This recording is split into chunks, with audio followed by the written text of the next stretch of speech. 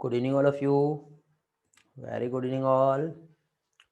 Good evening, Vedanti, Divya. Good evening, Pragati. Good evening, Kamini. Good evening, Tejaswini, Mranali. Good evening, Vaishnavi. Good evening, Prachi. Good evening, Nikita. Good evening, Aniket. Good evening, Rani, Sejal, Supriya, Porval. Very good evening, Saili, Samya. Good evening all.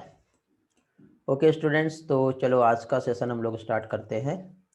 आज का जो session है हम लोगों का, इसमें हम लोग जो पोर्शन का जो स्टडी कर रहे हैं वो है हमारा इकोलॉजी। ओके, और इकोलॉजी के इस सेशन में हम लोग जैसे कि लास्ट में ही हम लोगों ने जो है पोर्शन स्टार्ट कर दिए थे, ठीक। तो इकोलॉजी जो हम लोग यहाँ पे स्टार्ट किए हुए हैं, तो इकोलॉजी में हम लोग चैप्टर सेकंड इकोसिस्टम, और इकोसिस्टम का आज हमारा सेकंड लेक्चर है। लास्ट टाइम शायद कुछ लोग नहीं रहे होंगे, तो आप लोगों को समझ में आ गया होगा क्या चालू है हमारा। तो विदाउट डिले किए हम लोग स्टार्ट करते हैं। ये वाला एक पोर्शन हमारा लास्ट लेक्चर में हुआ था। कुछ इम्पॉर्टेंट फैक्ट्स थे रिलेटेड प्रोडक्टिविटी, बट इस प्रोडक्टिविटी के पहले हम लोग जो लास्ट लेक्चर में जो भी पोर्शन हम लोगों ने डिस्कस किए हैं, ठीक है, उसको एक बार रिवाइज कर लेते हैं। ओके, चलो तो स्टार्ट करते हैं हम लोग। सबसे पहले तो हम लोगों ने यहाँ पे देखिए, सबसे पहले जो स्टार्ट किए थे वो शुरुआत की थी हम लोगों ने इकोसिस्टम से। कहाँ से किए थे हम लोगों ने? इकोसिस्टम। तो इकोसिस्टम में हम लोगों ने यहाँ पे एक तो फादर जो है इकोसिस्टम इकोलॉजी के, वो हम लोगों ने देखे थे। फिर उसके बाद हम लोगों ने इकोसिस्टम एक्चुअली होता क्या है वो समझे थे। Very good Aniket. तो इकोसिस्टम के जो यहाँ पे यदि हम देखें तो ओडम जो है, ठीक, और साथ ही साथ एक ecosystem structural and functional unit होता है। क्या होता है ecosystem? Structural and functional unit. किसका? नेचर या फिर एनवायरनमेंट का। ओके, फिर इसके बाद हम लोगों ने इकोसिस्टम के टाइप्स भी देखे थे।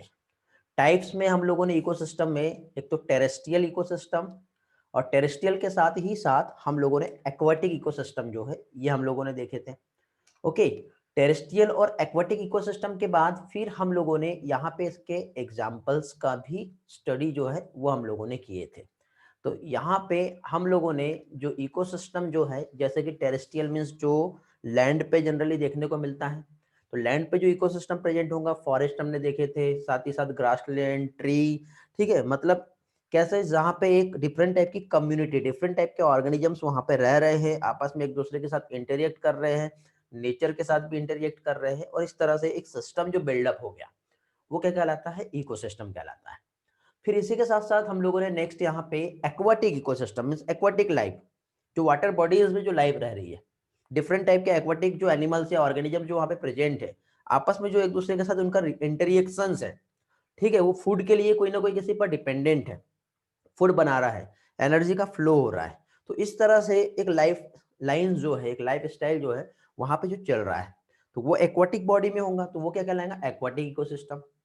जैसे कि रिवर का हम कह सकते हैं, पॉन्ड का कह सकते हैं, और एक हमारे थ्रू जो बनाया हुआ है जिसे हम आर्टिफिशियल इकोसिस्टम कहते हैं। तो आर्टिफिशियल इकोसिस्टम में हम लोगों ने क्या देखे थे? जैसे एक्वेरियम, क्रॉपलैंड, ये कुछ एग्जांपल्स हम लोगों ने यहाँ पर जो है वो क्या किए थे? स्टडी किए थे। फिर इसके बाद हम लोगों ने इकोसिस्टम जो है उसका स्ट्रक्चर देखे थे। तो इकोसिस्टम के स्ट्रक्चर में हम लोगों ने एक तो बायोटिक कंपोनेंट और दूसरा अबायोटिक कंपोनेंट देखे थे। मींस इकोसिस्टम सिस्टम में एक तो लिविंग ऑर्गेनिजम्स और नॉन लिविंग दोनों के बीच में इंटरेक्शन होगा, तब जाके एक सिस्टम बनता है जिसे हम एक इकोसिस्टम कहते हैं। तो यहाँ पे यदि हम देखें तो इकोसिस्टम का जो स्ट्रक्चर है, यदि हम इसकी बात करते हैं, तो एक तो बायोटिक कंपोनेंट जिसमें प्रोड्यूसर्स जो कि प्लांट हो सकता है, जो फोटोसिंथेसिस कर रहा है, प्लांट से सोलर एनर्जी को कैप्चर करेगा और उसको केमिकल एनर्जी में कन्वर्ट कर देगा, ठीक है, एक ये आएगा। फिर जो प्रोड्यूसर्स ने जो फूड बनाया उसको कंज्यूमर्स खा लेगा। कंज्यूमर्स के बाद ये तीन टाइप के आते हैं, प्राइमरी, सेकेंडरी और टॉप। तो हर कोई एक दूसरे पर डिपेंडेंट है। तो इस तरह से एनर्जी का फ्लो एक ट्रॉपिक लेवल से अनदर ट्रॉपिक, ट्रॉपिक लेवल मतलब जैसे प्रोड्यूसर्स ने जब एनर्जी प्रोड्यूस किया तो उसको फर्स्ट ट्रॉपिक लेवल कहते हैं। और प्रोड्यूसर से जो कि जैसे कि हो सकता है कि जैसे प्लांट है, प्लांट को किसी जैसे रैबिट ने खा लिया मान लो, तो वो एनर्जी रैबिट के पास गई, फिर रैबिट को किसी और ने खाया तो वो सेकंड ट्रॉपिक लेवल रैबिट वाला हो जाएगा। तो इस तरह से एनर्जी का फ्लो एक ट्रॉपिक लेवल से अनदर ट्रॉपिक लेवल तक के ऐसा मूव करता है। ओके, तो इस तरह से यहाँ पे प्रोड्यूसर्स, कंज्यूमर्स, और उसके बाद फाइनली किसी एनिमल का या ऑर्गेनिजम्स का जब डेथ हो गया, तो डेथ होने के बाद जो स्मॉल माइक्रो ऑर्गेनिजम्स होते हैं उसको खा जाते हैं, डिकम्पोज कर देते हैं। तो फाइनली लास्ट में जो आता है वो क्या आता है, डिकम्पोजर्स आता है। ठीक है, तो टॉप कंज्यूमर्स के बाद नेक्स्ट जो आएगा वो क्या आएगा, डिकम्पोजर्स। तो ये सारे जो कंपोनेंट है मींस एक लाइफ जिसमें प्रेजेंट है, तो लाइफ की जो बात करें तो वो क्या होता है बेटा, क्या कहेंगे हम लोग, बायोटिक कंपोनेंट। फिर हमने अबायोटिक कंपोनेंट देखे थे, उसके बाद ये वाले पार्ट पे आते हैं हम लोग। तो अबायोटिक कंपोनेंट में हमने लाइट देखे थे, लाइट नहीं रहेंगी तो प्रोडक्टिविटी नहीं हो पाएंगी, मतलब solar radiation, light, temperature, humidity, pH, minerals, उसका एक कॉन्सेंट्रेशन, एक कंपोजिशन, ये सारी चीजें जो है बहुत जरूरी होती है। यदि ये सारी चीजें नहीं रही तो ऑब्वियसली एनर्जी भी नहीं बन पाएगा। तो ये भी इंपॉर्टेंट है, मींस अबायोटिक कंपोनेंट जो है ये भी जो है बहुत इसेंशियल रोल प्ले करते हैं। फिर इसके बाद इकोसिस्टम का फंक्शन क्या होता है, तो 4 टाइप देखे थे, जिसमें फर्स्ट आता है प्रोडक्टिविटी, फिर डिकम्पोजिशन, फिर एनर्जी का फ्लो, और फाइनली जो मिनरल्स का रिसाइकलिंग होता है। ये इतने पार्ट हम लोगों ने यहाँ पर देखे थे, जिसमें फर्स्ट पार्ट हम लोगों ने देखे थे क्या चीज बेटा, प्रोडक्टिविटी।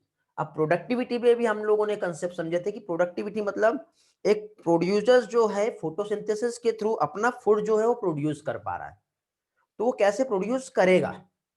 ठीक है, तो ऑब्वियसली फोटोसिंथेसिस कर रहे हैं, फिर उसके बाद वो प्रोड्यूस जो किया उसने उसका क्या किया, ऑब्वियसली यूज करेगा। यूज करने के बाद क्या सारा खत्म कर दिया, नहीं, कुछ स्टोर भी करेगा जरूरत पड़ने पे यूज करने के लिए। फिर स्टोर करने के बाद क्या वो उसी के पास रह गई, नहीं, वो किसी और के पास ट्रांसफर होंगी। तो ये सारी चीजें जो है इसको हमने कंसेप्ट में समझे थे, जो कि क्या था बेटा, प्रोडक्टिविटी। फिर इस प्रोडक्टिविटी को हमको मेजर करना है तो 2 तरीके से मेजर कर सकते हैं।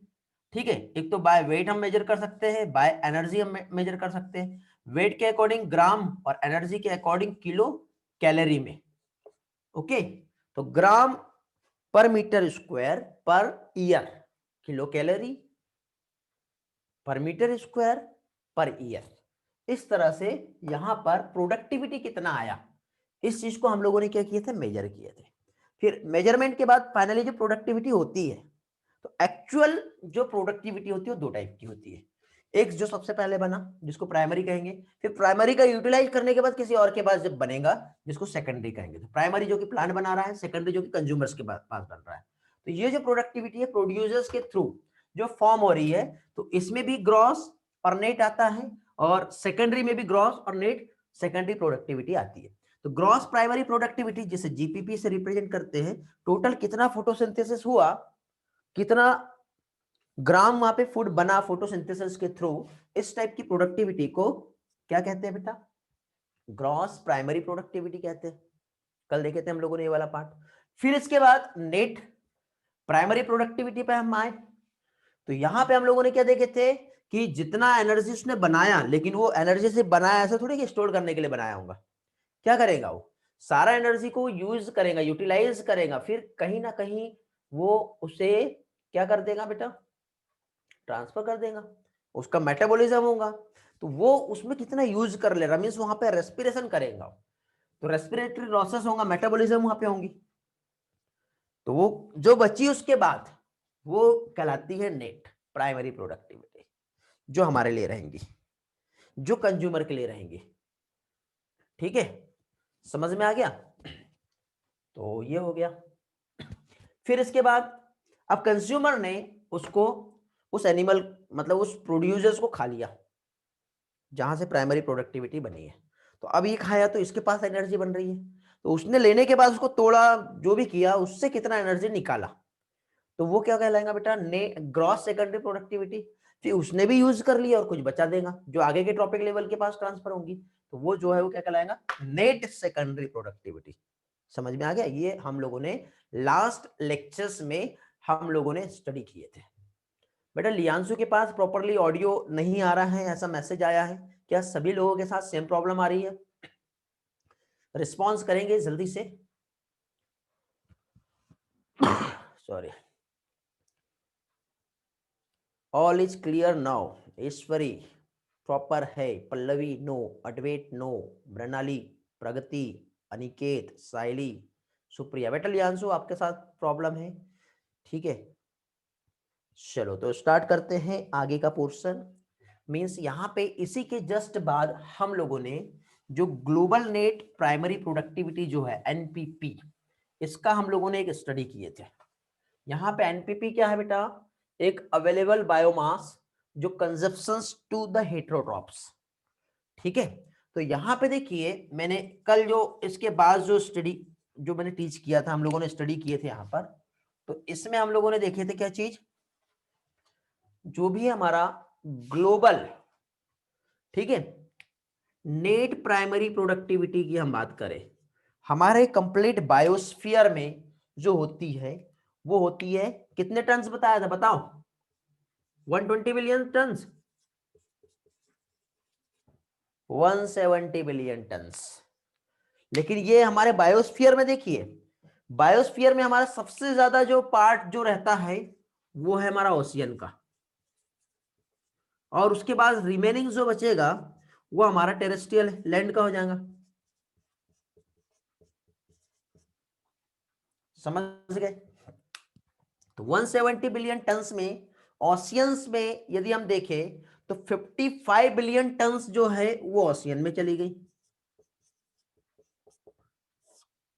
अब मुझे बताओ, हमारे लैंड में मैक्सिमम पोर्शन जो है वो ओशियन का है, ठीक है। लेकिन उसके बाद भी ओशियन में सिर्फ और सिर्फ 55 बिलियन टन, यदि हम रेशियो में देखें तो टेरेस्ट्रियल सिर्फ 30% हिस्सा है और ओशियन 70% हिस्सा है। बट 70% हिस्सा होने के बाद भी 55 बिलियन टन ही यहाँ पे प्रोडक्टिविटी होती है। बाकी रिमेनिंग कितना बचा बताओ? रिस्पॉन्स करो जल्दी से, कितना बचा remaining? 115 billion ton. Very good, वो हमारा टेरेस्ट्रियल हो जाएगा, इसी के आसपास अप्रोक्सीमेटली। बाकी लॉस हो रहा जो भी हो रहा, तो हाँ एग्जैक्ट कैलकुलेशन आ गया वैसे।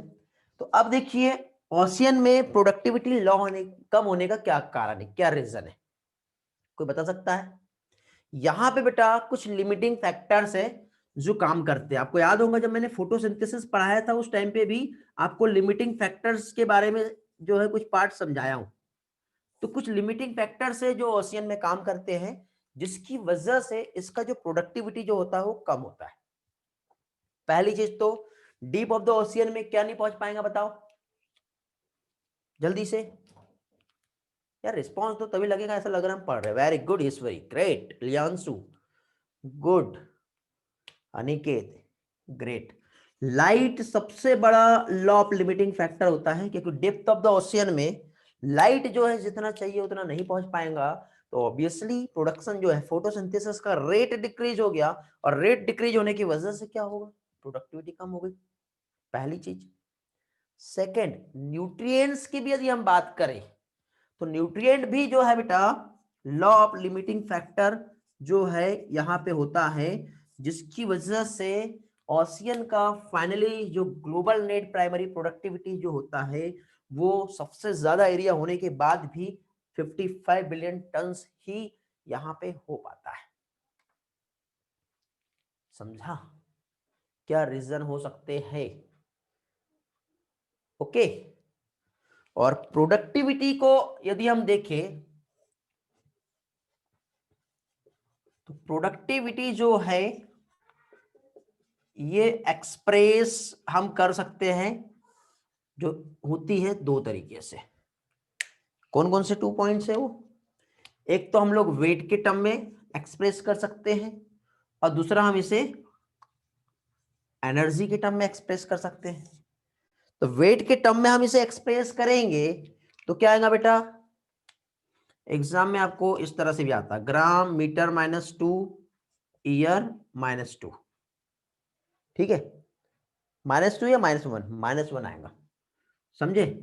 तो ऐसा भी आपको आ सकता है, per metre square per year. Kilo calorie energy का आ जाएगा, मीटर -2 ईयर -1, ऐसा भी आपको एग्जाम में आ सकता है। तो ये डेटा आप लोग याद रखेंगे। कल भी मैंने आप लोगों को वैसे ये वाला पोर्शन जो है ऑलरेडी समझाया हूं, तो आपको याद होगा सारा पार्ट क्या होता है। ओके, क्लियर हो गया बेटा, समझ में आ गया? ग्रेट। कुछ पूछना है इसमें किसी को? आगे बढ़े फिर नेक्स्ट इसमें चलते हैं। ओके, तो फाइनली अब नेक्स्ट पार्ट जो है हमारा वो है हमारा डीकंपोजिशन का, वो हम देखेंगे। ओके, तो देखिए बेटा यहाँ पे ये तो हमारा प्रोडक्टिविटी वाला पार्ट हो गया। हम लोग इकोसिस्टम के फंक्शंस देख रहे हैं। फंक्शन ऑफ द इकोसिस्टम की हम बात करें तो उसका फर्स्ट फंक्शन प्रोडक्टिविटी है। सेकंड जो है मैंने बताया था आप लोगों को क्या आएगा, स्क्रीनशॉट लेना है ले लो। सेकंड फंक्शन क्या बताया था? डीकंपोजिशन। तो अब हम लोग इसके सेकंड पार्ट पे आएंगे, दैट इज डीकंपोजिशंस। ईश्वरी, अनिकेत, सुजल, जिनके आंसर मिले मुझे बहुत जल्दी। ठीक है, चलो आगे बढ़ते हैं और इसका हम लोग सेकंड पार्ट जो है वो हम देखेंगे अभी।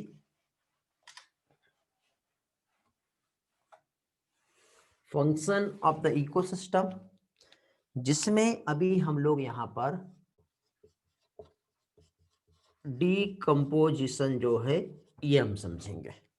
तो डीकंपोजिशन जो है ये तो बहुत ही सिंपल है और आप लोग भी वैसे भी डीकंपोजिशन क्या होता है ये जानते हो। ठीक है, लेकिन फिर भी देखो हमारे सिलेबस में, हमारे एनसीईआरटी में जो भी टॉपिक दिया हुआ है वो किस तरह से दिया है उसको हम लोग यहाँ पे एक एक करके एक एक कंसेप्ट अच्छे से समझेंगे। तो डीकंपोजिशन मीन्स क्या होता है, चलो आप कोई भी एक बार डेफिनेशन दे दो फिर मैं आपको बताता हूँ। What is the definition of decomposition? Okay, very good Ishwari. बाकी लोग?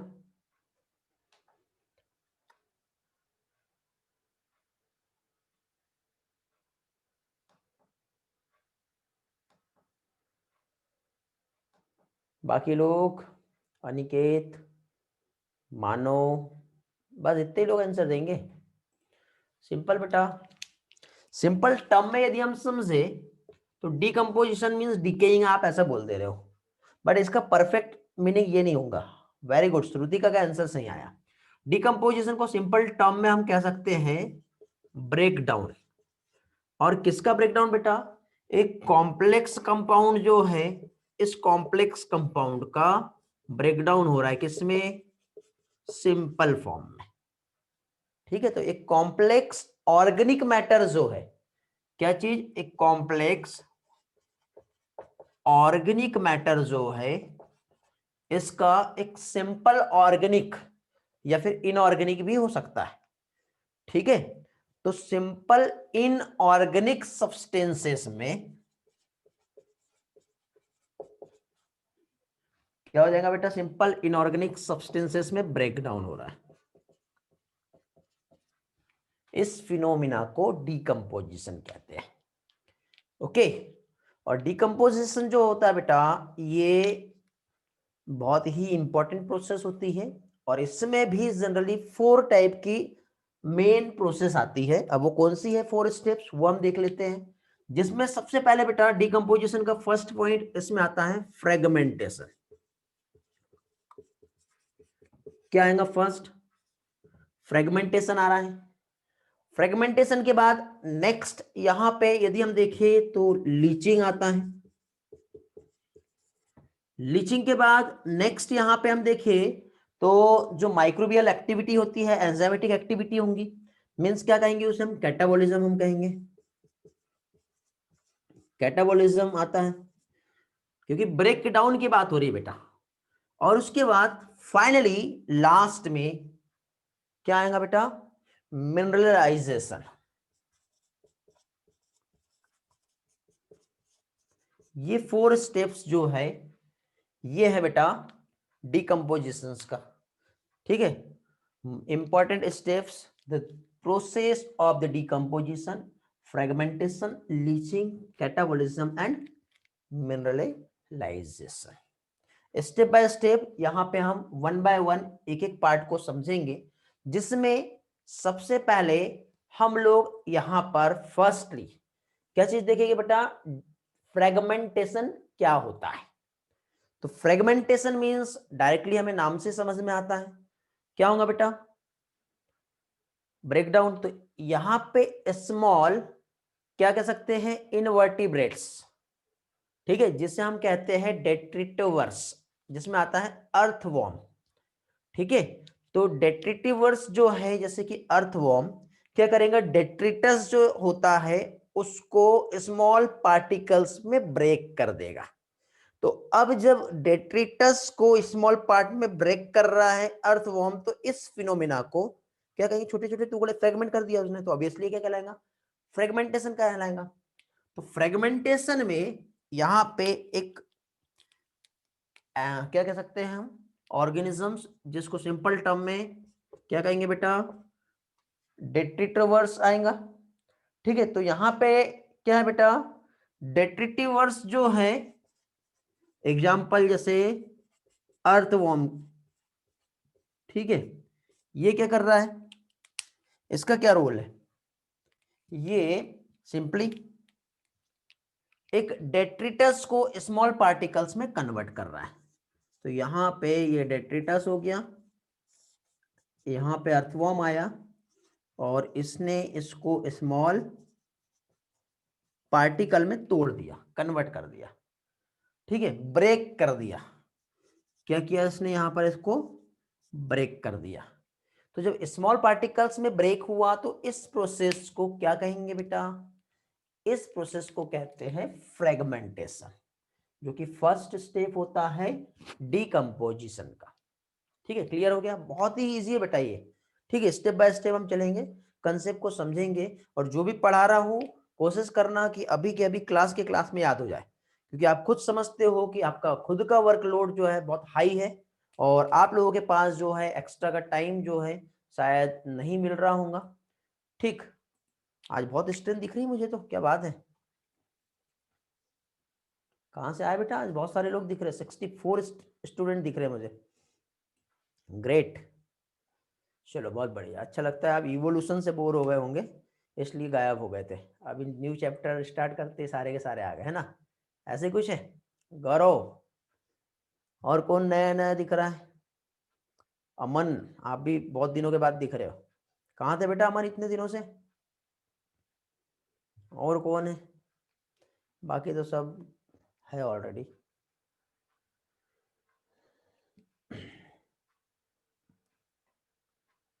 और कौन कौन बढ़ गया भाई, ये यहाँ पे ड्यूजिंग कुंवर कौन है भाई, ये अपना नाम बता दो यार, रियल नेम से ज्वाइन करो। ओके गौरव, आपका प्रॉब्लम तो समझ सकता हूँ मैं, ये ड्यूजिंग कुंवर कौन है, जल्दी से रिस्पॉन्स करो, मैं अननोन पर्सन को एग्जिट कर दूंगा नहीं तो यहाँ से। ये दुलेस टिकले भी मेरे को पहली बार दिख रहा है नाम, तो किसका है, ये कौन है भाई दुलेस टिकले, कौन सी किसकी बैच का है, किसी की बैच का है कि रिस्पॉन्स करो किसके बैच से है? उमेश्वरी मुझे बड़े दिनों के बाद दिख रहा है, आइडेंटिफाई करो बेटा अपने अपने, एक काम करो कैमरा स्टार्ट करो जरा अपना, मैं देखता हूँ कौन कौन है इसमें।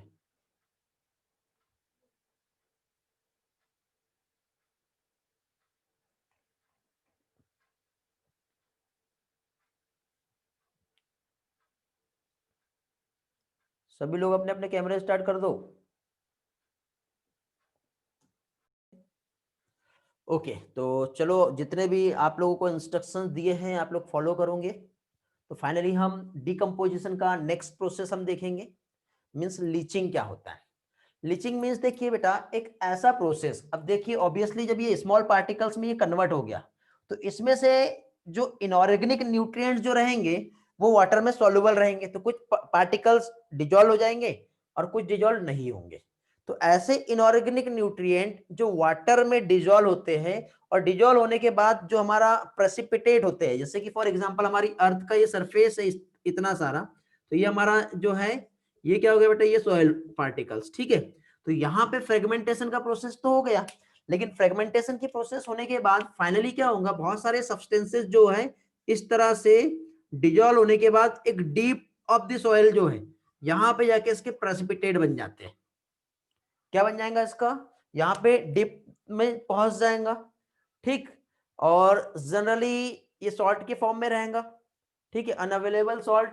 तो इस प्रोसेस को हम लोग कहते हैं लीचिंग। लीचिंग समझा क्या? मैं हर चीज का स्टेटमेंट ऐसा लिख के नहीं दे रहा हूं, आपके एनसीईआरटी में ही दिया है, मैं सिर्फ कंसेप्ट बता रहा हूं क्या क्या होता है।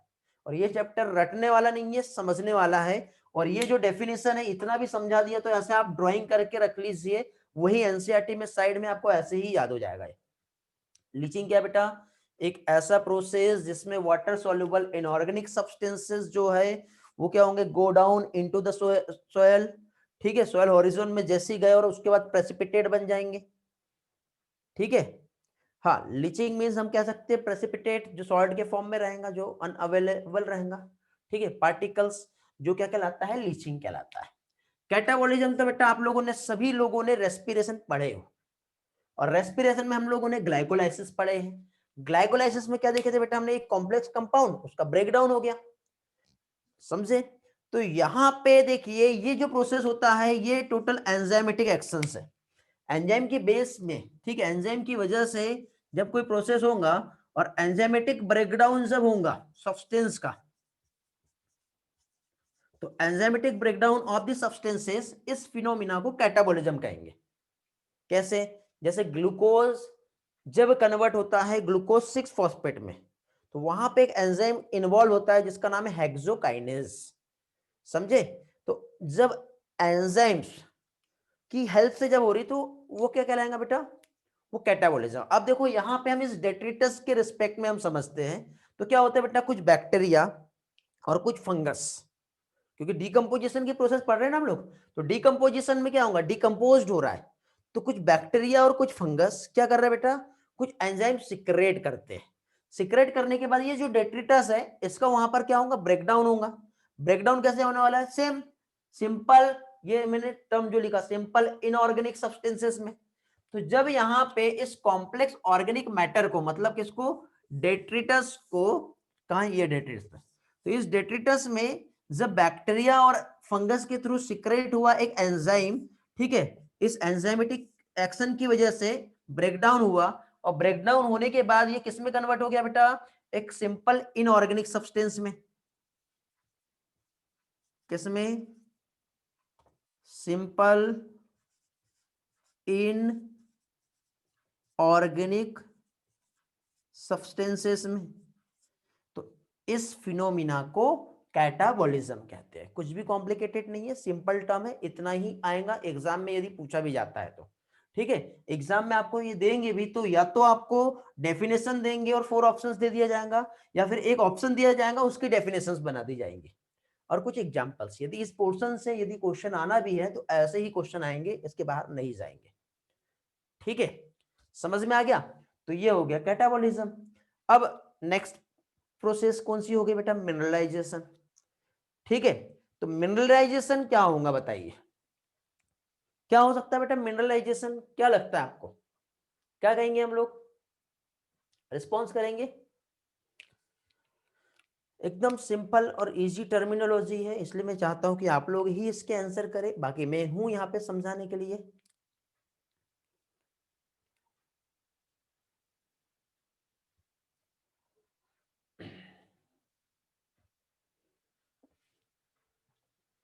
देखिए इसके पहले, मिनरलाइजेशन को समझने के पहले हमें ह्यूमिफिकेशन क्या होता है वो हमें समझना पड़ेगा, ठीक है, तब जाके ही हम मिनरलाइजेशन को समझ पाएंगे। ओके चलो, तो अभी हमको इतना पार्ट तो समझ में आ गया है।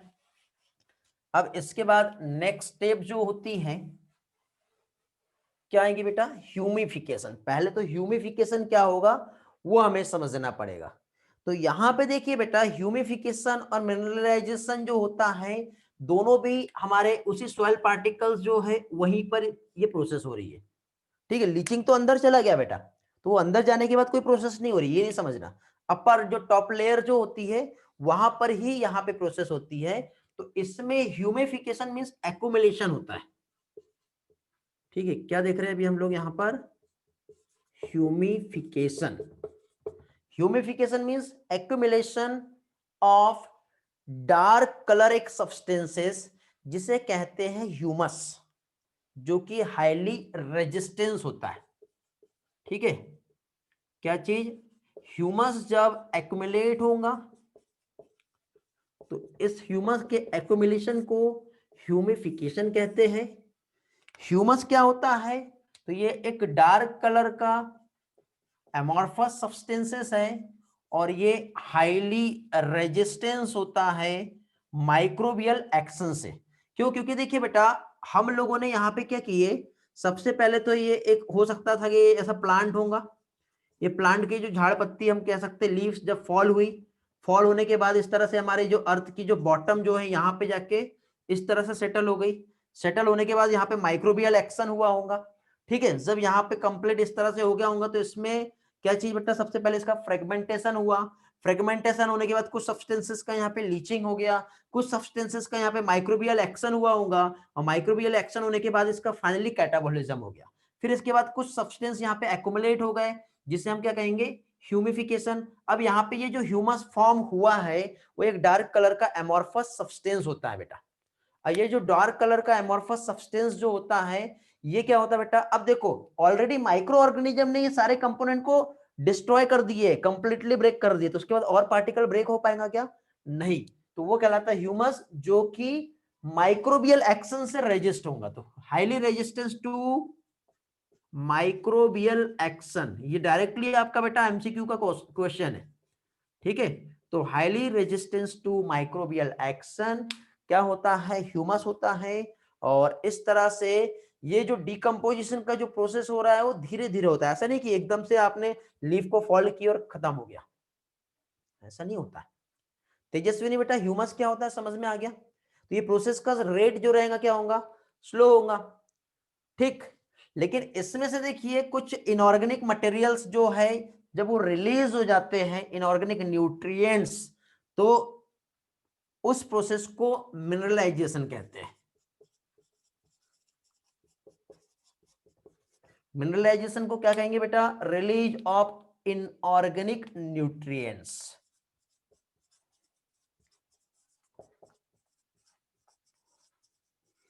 इनऑर्गेनिक न्यूट्रिएंट्स का रिलीज होना,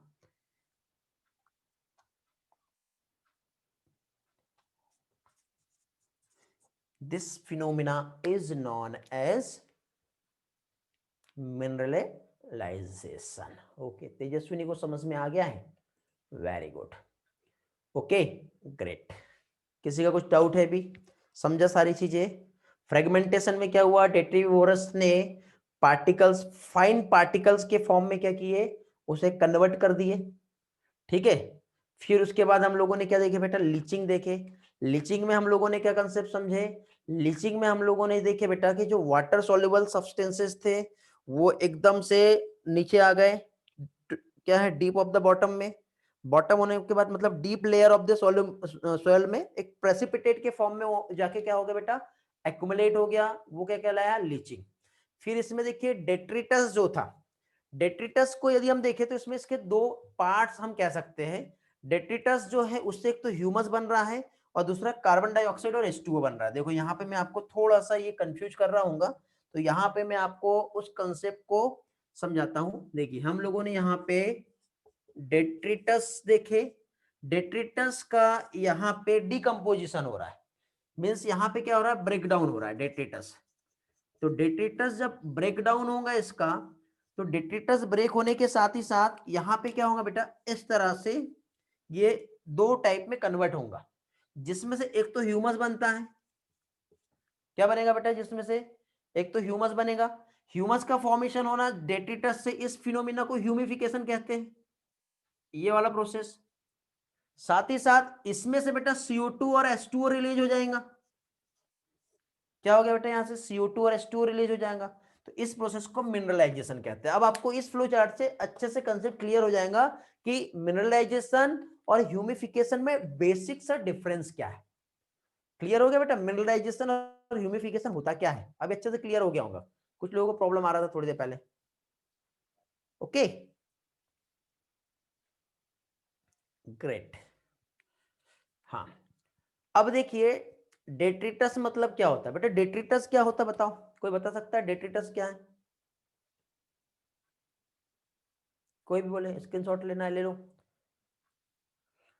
डेट्रिटस नहीं बेटा, डेट्रिटिवरस जो होता है वो ऑर्गेनिज्म होगा, डेट्रिटस जो उस पे एक्ट कर रहा है।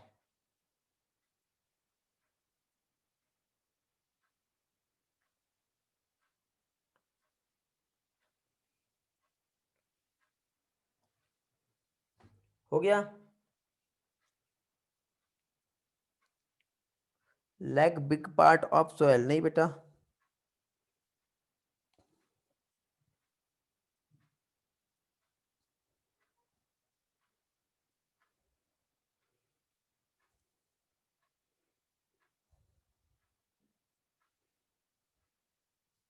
डेट्रिटस का मतलब होता है एक ऑर्गेनिक वेस्ट जो माइक्रोबियल एक्शंस के थ्रू डिकम्पोज्ड हो रहा है, उसे डेट्रिटस कहते हैं।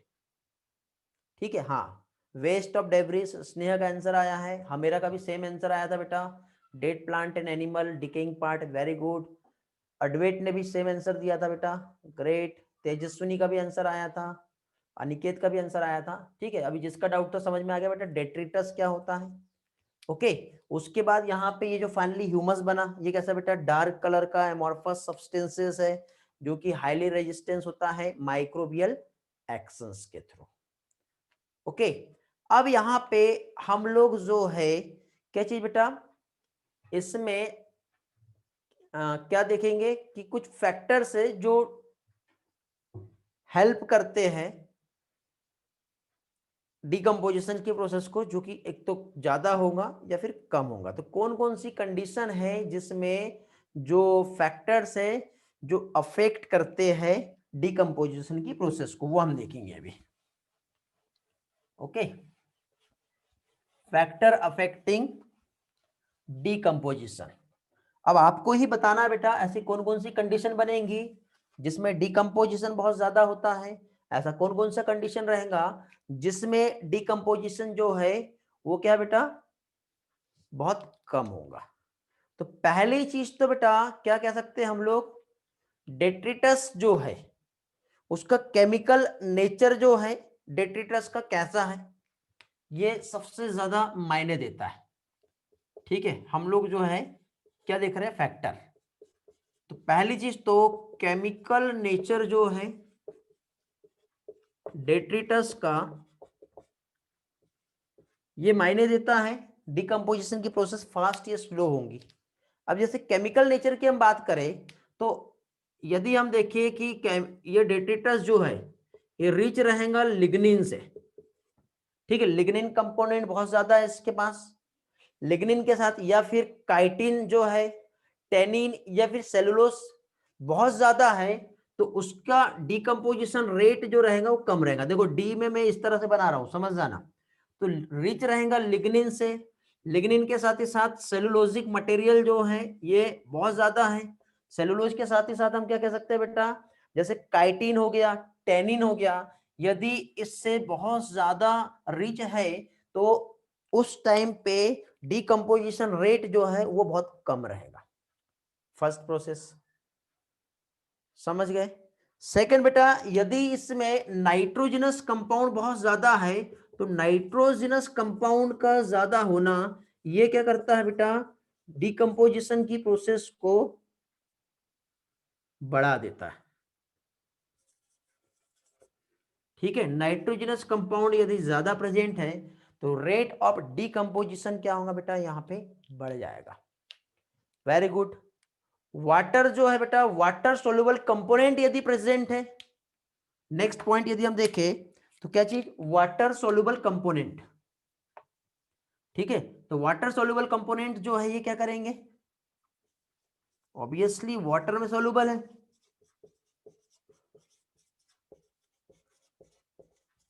तो वाटर सोल्यूबल कंपोनेंट होने की वजह से डिकम्पोजिशन जो रहेगा वो भी क्या होगा, ऑब्वियसली हाई होगा। वेरी गुड बेटा, हाई होना ही है।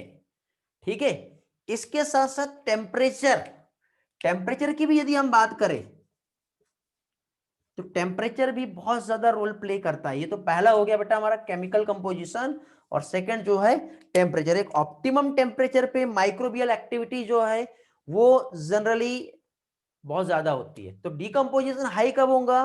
जब 25 डिग्री सेल्सियस से ज्यादा रहेगा, तो माइक्रोबियल एक्शन भी बहुत ज्यादा होगा। ठीक है, तो इस टाइम पर डिकम्पोजिशन हाई रहेगा। कब रह रहा है बेटा high? More than 25 degree Celsius. तो इसकी वजह से माइक्रोबियल एक्शन भी क्या होगा?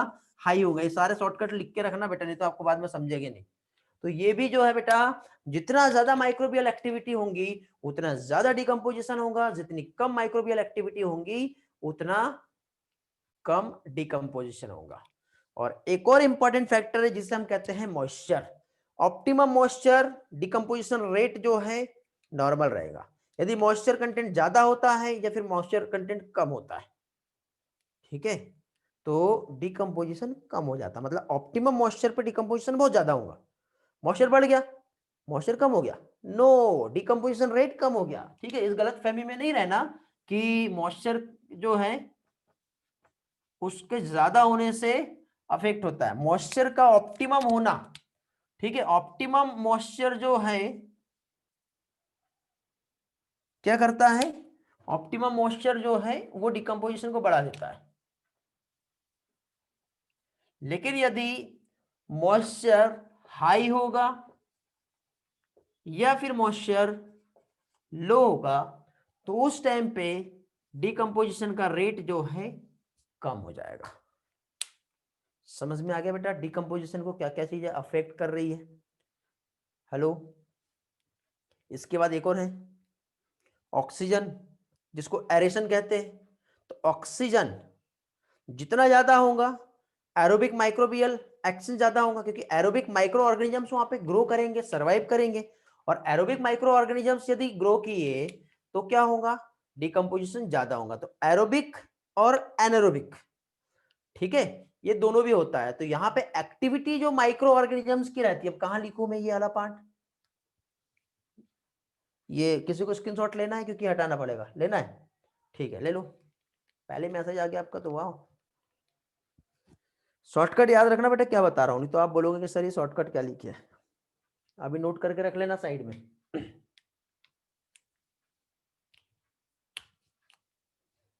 तो देखो बेटा डिकम्पोजिशन हम समझ रहे हैं। तो डिकम्पोजिशन में यहाँ पे अगेन देखो 1 2, और कोई पॉइंट था क्या? केमिकल नेचर हो गया, टेम्परेचर हो गया, थर्ड मॉइस्चर हो गया, फोर्थ एरेशन। एरेशन में या तो ऑक्सीजन ज्यादा है, ऑक्सीजन ज्यादा है तो क्या होगा? एरोबिक माइक्रोबियल एक्टिविटी ज्यादा रहेंगी, तो एरोबिक माइक्रो ऑर्गेनिज्म ज्यादा रहेगा। ऑक्सीजन है ही नहीं तो वहां पे क्या होगा? एनएरोबिक माइक्रो ऑर्गेनिज्म जो है वो ज्यादा रहेंगे। बट जनरली क्या होगा? ऑक्सीजन ज्यादा है तो एरोबिक माइक्रो ऑर्गेनिज्म की एक्टिविटी ज्यादा होंगी, but anaerobic micro organisms survive नहीं कर पाएंगे। ठीक है, तो इस टाइम पे डिकम्पोजिशन जो है यदि हम देखें तो क्या होगा बेटा? अफेक्ट करेगा। किसी का एक डाउट आया है, क्या बोल रहे हो बेटा? देखने दो एक मिनट। लीचिंग में डिकम्पोजिशन सॉइल के अंदर नहीं हो रहा बेटा। लीचिंग मतलब क्या हो गया? फाइनली जो माइक्रोबियल एक्शंस के बाद जो वाटर सॉल्युबल सब्सटेंस है वो डीप ऑफ द सॉइल में मूव डाउन कर रहे हैं, गो डाउन कर रहे हैं, goes down to the bottom of the earth. This phenomena is known as leaching. ठीक है, ऐसा होता है, समझ गए? ओके, चलो तो मैं आपको यहाँ पे एक क्वेश्चन दे रहा हूँ। कौन कौन सी कंडीशन में डिकम्पोजिशन जो है बहुत ज्यादा होगा, आप लोग मुझे बताओगे। ठीक है, आपको ये इस पार्ट से क्वेश्चन कैसे आएंगे एग्जाम में, वो वाला पार्ट में बता रहा हूँ। ठीक है, हेलो। मॉइस्चर बेटा ऑप्टिमम रहा तो, ठीक है, कम या ज्यादा होगा तो वो डिक्रीज करेगा। ये हाई और लो रहा तो डिक्रीज करेगा, ऑप्टिमम रहा तो डिकम्पोजिशन ज्यादा होगा।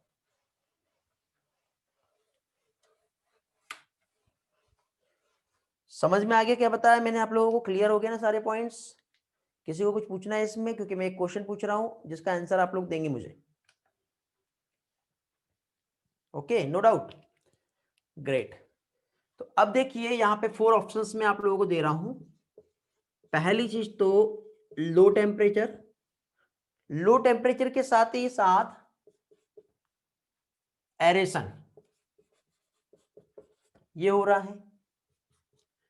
सेकेंड कंडीशन, यहां पे कंडीशन जो है वाटर जो है ज्यादा है, और वाटर के साथ ही साथ हम क्या कह सकते हैं, वहां पे कंडीशन जो है वो कैसी है, ह्यूमिड कंडीशन बनी हुई है।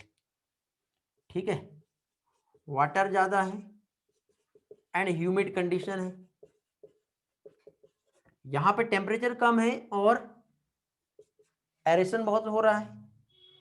यहां पे अगेन लो टेम्परेचर है, और लो टेम्परेचर के साथ अगेन यहां पे क्या होगा, ह्यूमिड कंडीशन है। समझ रहे हो मैं क्या बताना चाह रहा हूं? ओके, ये 3 पॉइंट्स है। और फाइनली यहां पे अगेन यदि हम देखें तो इसमें एक तो क्या होगा बेटा, वाटर, मॉइस्चर हम कह सकते हैं, और एरेशन, ऐसे 4 पॉइंट्स बनते हैं। बताओ कौन कौन सी कंडीशन में क्या क्या होगा, जल्दी से।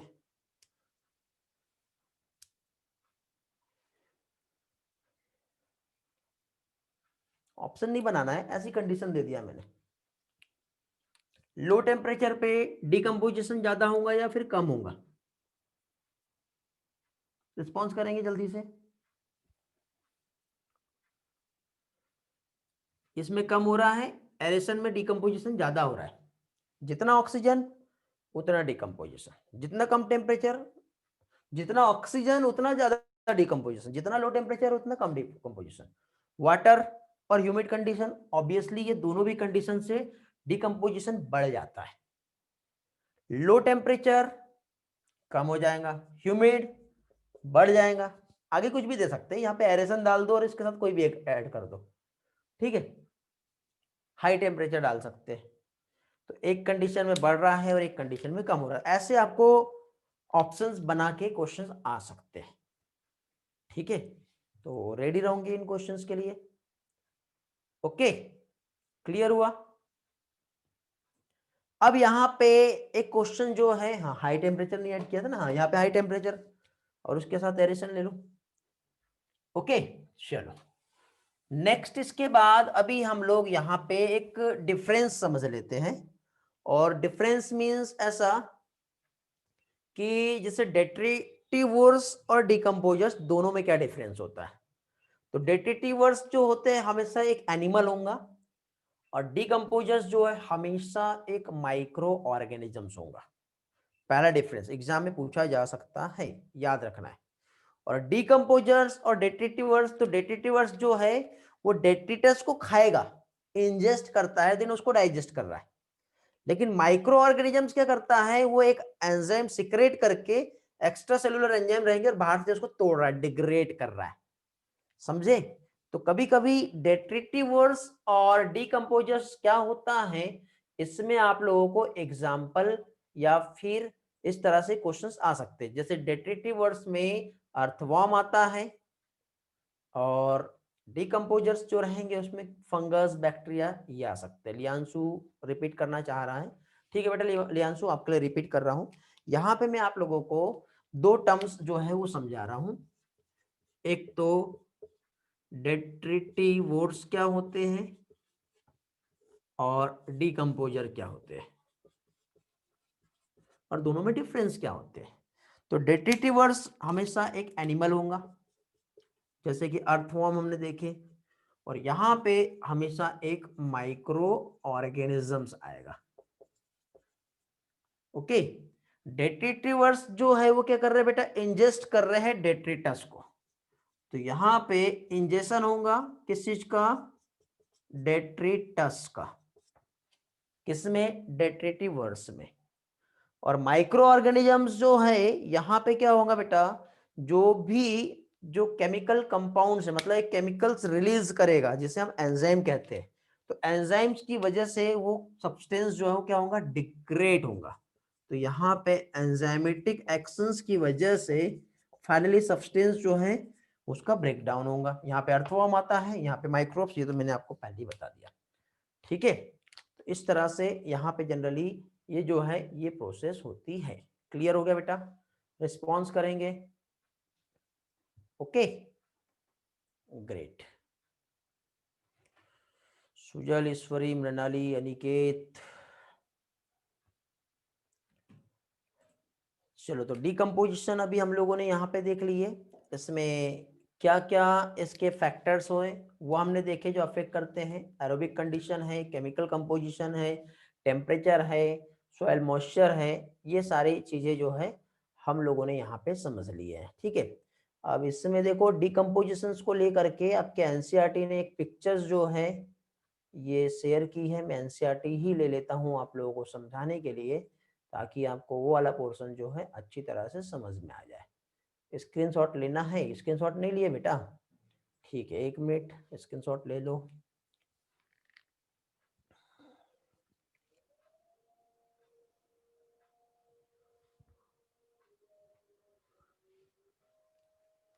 एक बार एरेशन एक्सप्लेन करना है।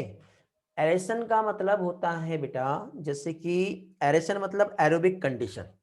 जितना ज्यादा ऑक्सीजन रहेगा, जितना ज्यादा एरोबिक कंडीशन होंगी, तो एरोबिक माइक्रो ऑर्गेनिज्म वहां पे प्रेजेंट रहेंगे।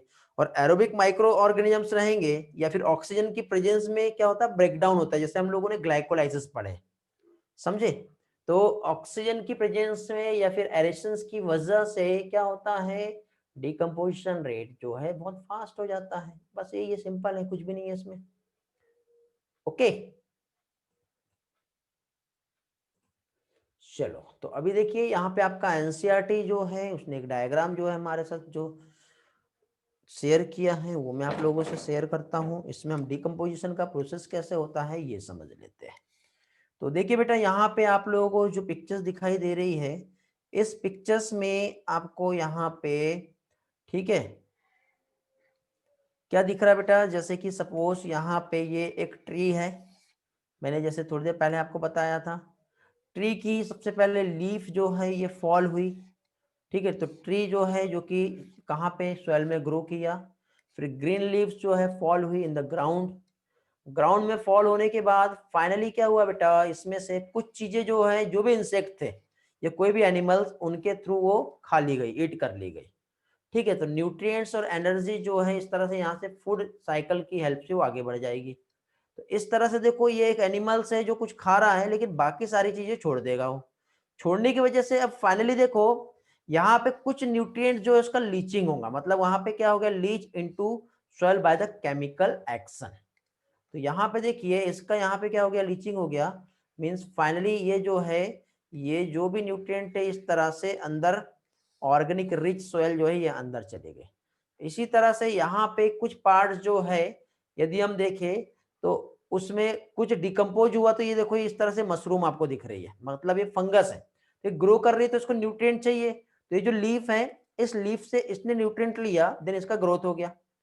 उसके बाद भी कुछ बचा है, तो जो बचा हुआ है वो क्या होगा, उसका फ्रेगमेंटेशन होगा। जैसे अर्थवॉर्म जो है, फर्दर इसका डिकम्पोजिशन हो गया अर्थवॉर्म, बैक्टीरिया, माइट्स, फंजाई के थ्रू। और इस तरह से यहाँ पे जो सोयल रहेंगे ऑर्गेनिक रिच सोयल रहेंगी। और अगेन फिर लीफ जो है कुछ पार्शली कंज्यूम हो जाएगा डिकम्पोजिस के थ्रू, जैसे यहाँ पे मैंने बताया, फंजाई, बैक्टीरिया, और वो अगेन पास हो गई। फिर ये ऑर्गेनिक रिच सोयल, फिर से प्लांट जो है उस न्यूट्रिएंट को लेगा और वापस से ग्रोथ कर जाएगा।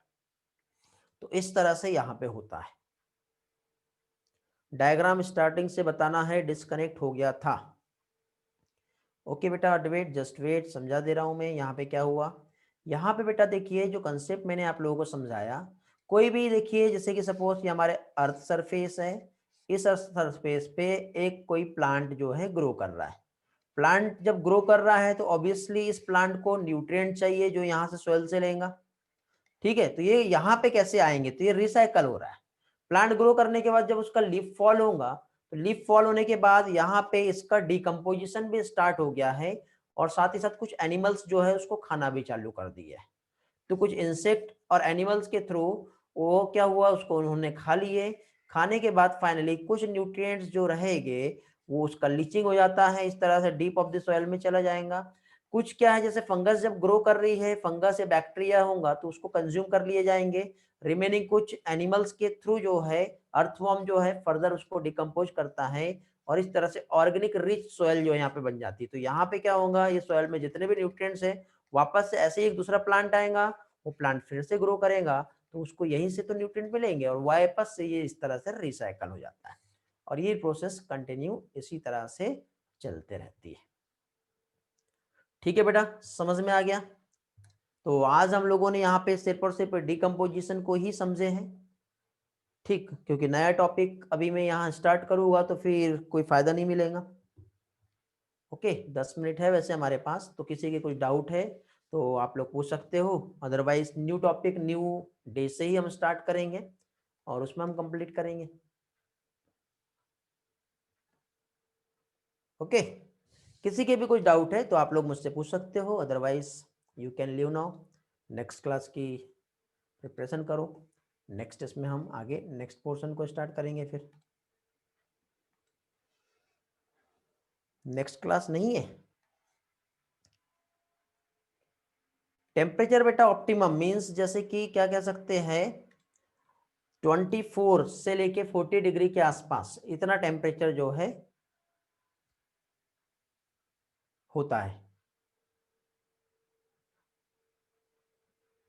Catabolism with the help of diagram समझाना है। देखो बेटा कैटाबोलिज्म कैसे होता है वो हम देख लेते हैं, लियांशु का डाउट है।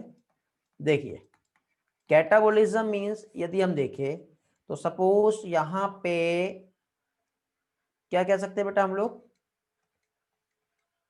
जैसे कि कोई भी एक कंपोनेंट्स की हम बात करें, जैसे कि फॉर एग्जांपल ग्लूकोज C6H12O6, इसको ब्रेक करना है तो यहाँ पे क्या आ जाएगा, हेक्सोकाइनेज एंजाइम आता है।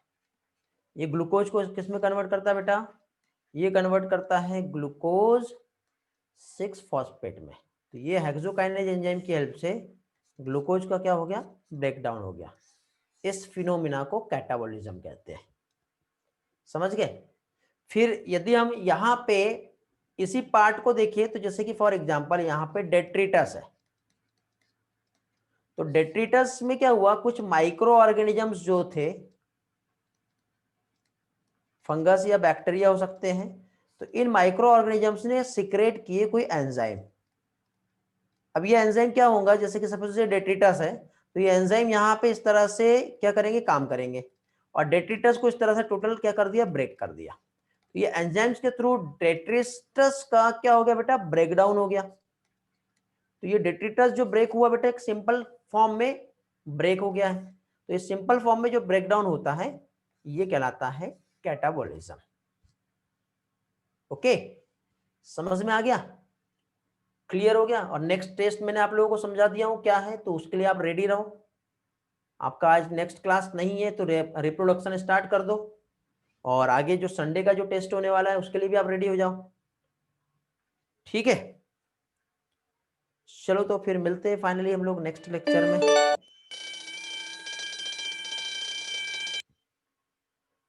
टेस्ट के चैप्टर रिपीट करना है। देखो बेटा थर्सडे को जो होने वाला है आपका रिप्रोडक्शन, इस पर होगा। रिप्रोडक्शन में क्या आता है, रिप्रोडक्शन इन ऑर्गेनिज्म, उसके बाद फिर प्लांट का रिप्रोडक्शन, फिर ह्यूमन का रिप्रोडक्शन और फिर रिप्रोडक्टिव हेल्थ, इतनी चीजें आती है। ओके, रिप्रोडक्शन इन ऑर्गेनिज्म, फिर प्लांट का रिप्रोडक्शन, ह्यूमन रिप्रोडक्शन और रिप्रोडक्टिव हेल्थ, ये थर्सडे को है। फिर आपका जो संडे को जो टेस्ट होगा, संडे में रिप्रोडक्शन भी आएगा, उसके बाद जेनेटिक्स भी आएगा और जेनेटिक्स के बाद फिर आपका सेल बायोलॉजी जो है ये भी आएगा। सेल बायोलॉजी में तीनों भी चैप्टर, एक आता है बायोमोलिक्यूल, उसके बाद आता है सेल यूनिट ऑफ लाइफ और उसके बाद लास्ट में जो आता है क्या आता है, सेल डिवीजन। ये कॉम्बो पैक बन गया बेटा आपका इस संडे का टेस्ट और ये थर्सडे का टेस्ट, ठीक है। और किसी को कुछ पूछना है,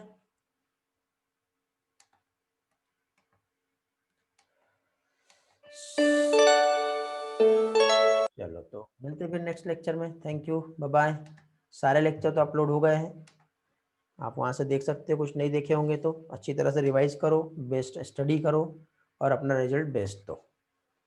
ओके बेटा, चलो bye bye, have a nice time.